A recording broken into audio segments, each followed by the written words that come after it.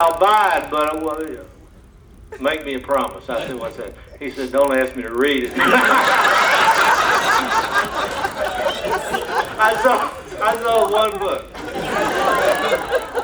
And I got a ticket on the way home. I did the old 55 mile an hour. I got a ticket on the way home. That was kind of the height of my literary career. And Willie, I want to thank you and tell you what an inspiration you've been to me and how much it's been.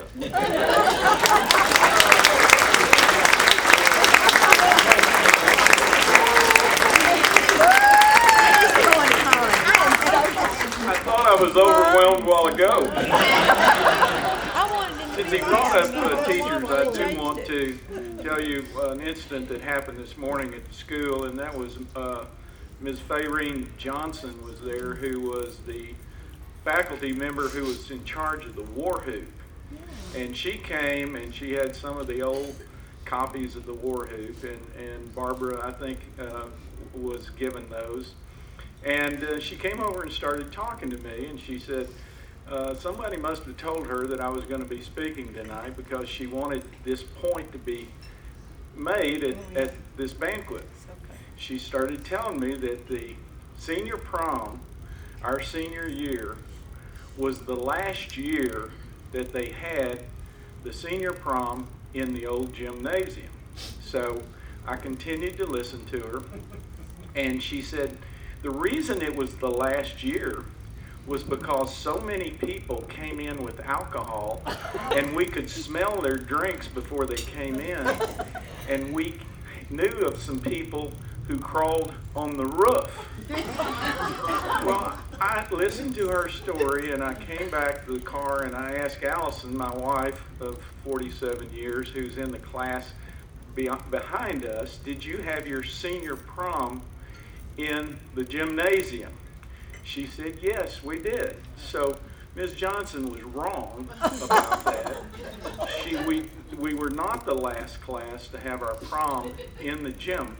But she was right about one thing, because I was one of those on the roof. I want to thank Philip for his remarks. If anybody else needs some inspiration, particularly you ladies, come see me later. Our final speaker lives in Missouri, having graduated from Washington University in St. Louis, and has maintained his connection to the school as an adjunct professor. He worked for 32 years at the St. Louis Post-Dispatch as a critic, reporter, and editor, and in 2008 helped to found the St. Louis Beacon, a non-for-profit online news publication. He lives with his partner Marty Kaplan in St. Louis Central West End. He must have realized early on he was going to have to work really, really hard as a writer, because our senior year, he only placed second in the essay contest. Oh. Please welcome Bobby Duffy.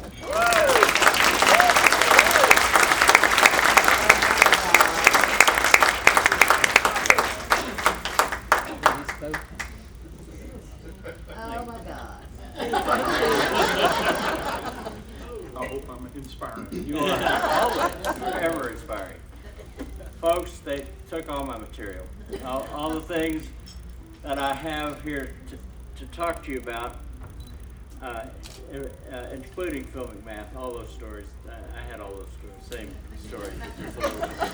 So what I really want to do is use just about half my time, because I have, you'll see why I'm only going to take like 2.5 or 3 minutes. Because we're going to do something else,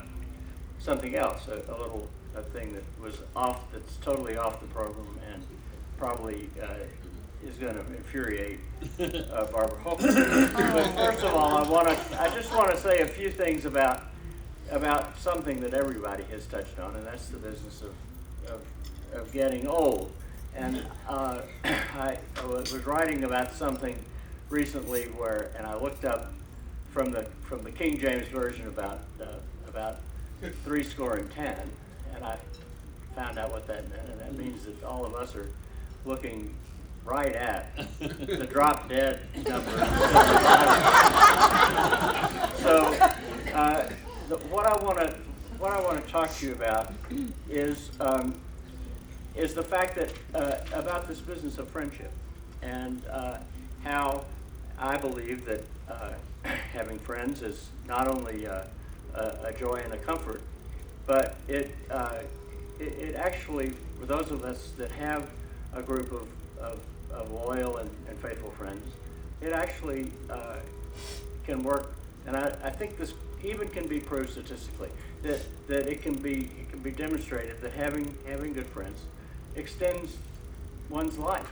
And so I think those of us who are in this room tonight and have friends, perhaps part of that reason is that being in this place called Elderlyville, that having friends really it's better than a golf course or a bridge parlor or the promise of constant sunshine.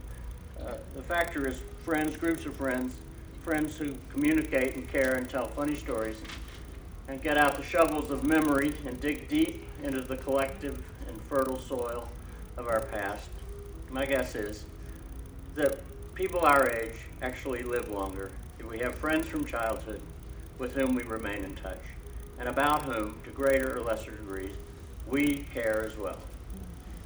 Generally, we know these friends well, warts and all, and ignore the warts because, hearing the winged chariot hurrying near us, we care considerably less about their foibles than about the facets of their lives that, like the reflective and polished plains of precious gems, give these friends their luminosity and character and beauty. That's beautiful. But friendship isn't free. It requires cultivation. Once untended, friends tend to slip away, sometimes relegated to the far corners of our consciousness by the demands of business simply getting through places of promise. Generally, to keep these jewels of friendship polished, a strong and generous leader is required, a shepherd to tend the flock, as it were, to lead us into green pastures, and to use the crook to bring the errant back into the fold. Such leaders must be persistent and willing to impose rigors upon the wayward flock members. Barbara Holcomb Penney is our good and faithful shepherd. And for many years now, she has maintained the tenuous connections between us with a light and joyful touch. And when we have strayed into the valley of the shadow of death, we pause. Or once we have slipped upon the metaphorical banana peel and bash our heads in, and have been left feeling lonely or incapacitated in the friendship department, she has lifted us up, and with her good humor and grace has brought us back together. I feel ever connected to her, and I want to ask her to join me up here, and to welcome also a man with whom a treasured friendship of mine has been kept constant, thanks to the work of our leader, the keeper of the class notes email, and the disciplined commander of the Holy Reunion Empire. What is he doing up here? Herewith, I turn the show over to Dr. James Wolfe, or in the parenthetical style of Miss Penny, the man called Jimmy.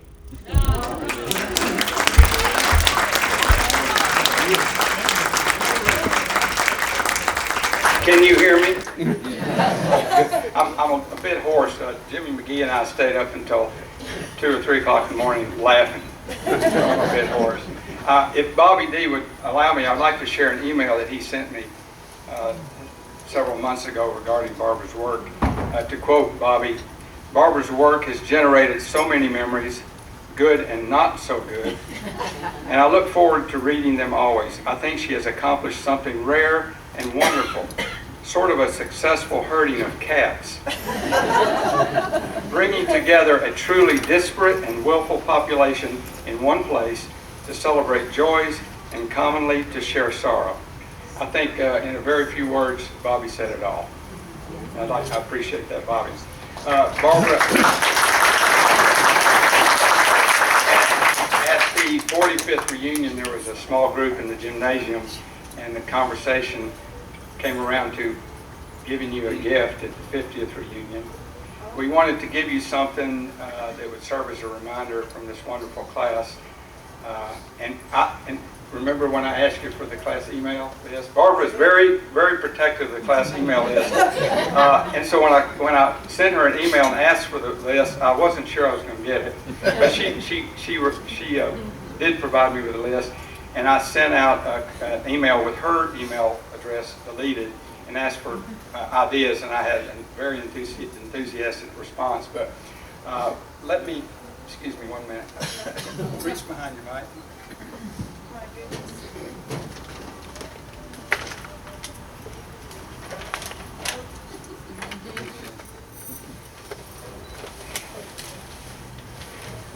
Knowing that Barbara's a cowgirl, we thought this was appropriate. Beautiful. Oh, with the warrior head. This was, I had a gentleman make this belt, and I asked him to make it burnt orange, or as orange as he could, and then on the back stamped Hall HS 1963. Oh, that's wonderful. Does it fit? I'll tell you a funny story. 5 more pounds. I called Dr. Jim Penney and asked him if he knew waist size, and he said, you have to talk to Melissa. So I called Melissa and asked her, and she conspired with me, and she snuck over to the house and measured or whatever. And, but it's, I think it's appropriate, and when you wear it, you can remember us. And there's an inscription on the back of the buckle I'd like to read. Or you can read it. No, you read it. Can you see it without your glasses? Here, you want I think I can remember. It's pretty short. And some of you may recognize this quote. We are the footsteps below a whispering pine. Do you know where that came from? Yeah, our alma mater. It's from our senior yearbook. And in order to provide funds for the belt, we did a little fundraiser. And we had a little cash left over. So I again asked for gift ideas, and I had such ideas as a laptop, an iPad, bling. I heard you like bling. A trip, but then another classmate said you had a slight fear of flying. Yeah. So, and then I called Jim Penney again and asked him if maybe you needed a new horse. And he said you had enough nags. So no more nags. So we finally came up with an idea, and Bobby's going to present.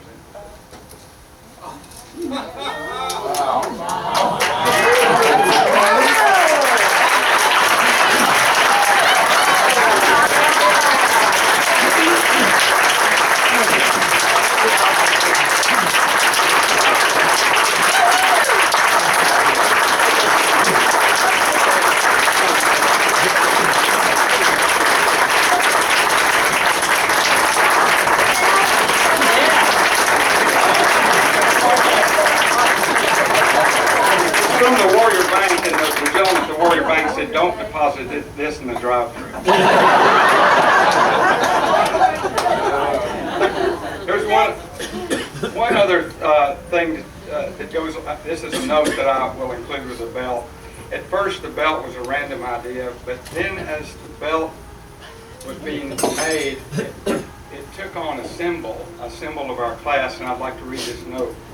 It says, Dear Barbara, by 1963, we were a connected circle, much like a buckled belt, bound by common experiences, goals and aspirations, work and play, friendship and love. On that bittersweet spring day 50 years ago, graduation scattered us in different directions, and the circle was broken. Barbara, as a result of your relentless work and dedication, you succeeded in reconnecting our circle, and in many ways, the belt has been rebuckled. Please accept this gift as a token of our gratitude and appreciation, the Hall High School class of 1963.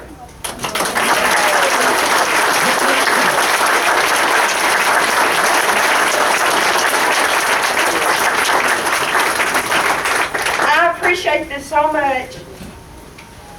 As I've said many times before, I receive much more than I'll ever give. All these notes that come to my computer, I'm not going to cry. Too late. Too late. experience. It's been 8 years since it's been going on, and you know that Jimmy Wolf, where'd you go? There you are. Jimmy Wolf is one of the main reasons it began. I sent out a note when we turned 60. I couldn't believe we were 60. And I just sent out a note in conjunction with something else. I think it was probably a death. I was called the angel of death for a while. We kind of got past that. But I sent out a note about our 60th birthday and how I couldn't believe we had reached this age. And happy birthday to everyone. And immediately Jimmy wrote me back. It was just minutes. And of course back then I had dial-up, so it took probably more than a minute. But he told me what he had done on his birthday, on his 60th birthday. And I thought it was just so sweet and so cute that I would send it out to the people whose emails I had. And then I wish I could remember, I should have looked. But somebody wrote me back about his cholesterol. And how good it was, and he was so proud that at 60 he had good cholesterol. And I thought, you know, I guess that really is something to be really proud of. I wasn't sure what my cholesterol was, but I thought maybe I should go get it checked. That's what began it, and it's nothing but, as we've said, a revolving conversation between old friends, and it has meant so much to me. And I appreciate the fact that it means so much to you, and I hope it keeps up. I hope we can keep going until we're too old to get on that typewriter, or keyboard, sorry.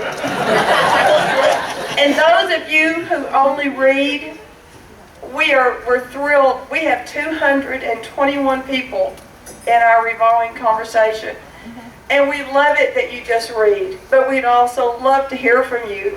That is the way we stay together. Thank you.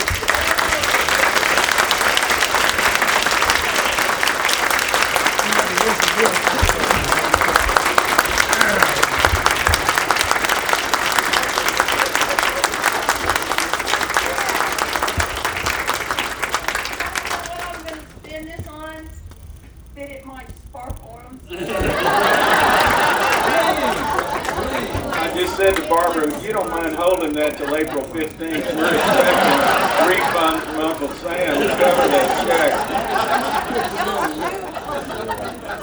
I once again want to thank everyone for coming. This has been a wonderful weekend. You've all been a great audience. Everybody's had some laughs. The last thing we're going to do tonight, outside of Dance a Few Dances, is that we're going to have a class picture made. So at this time, if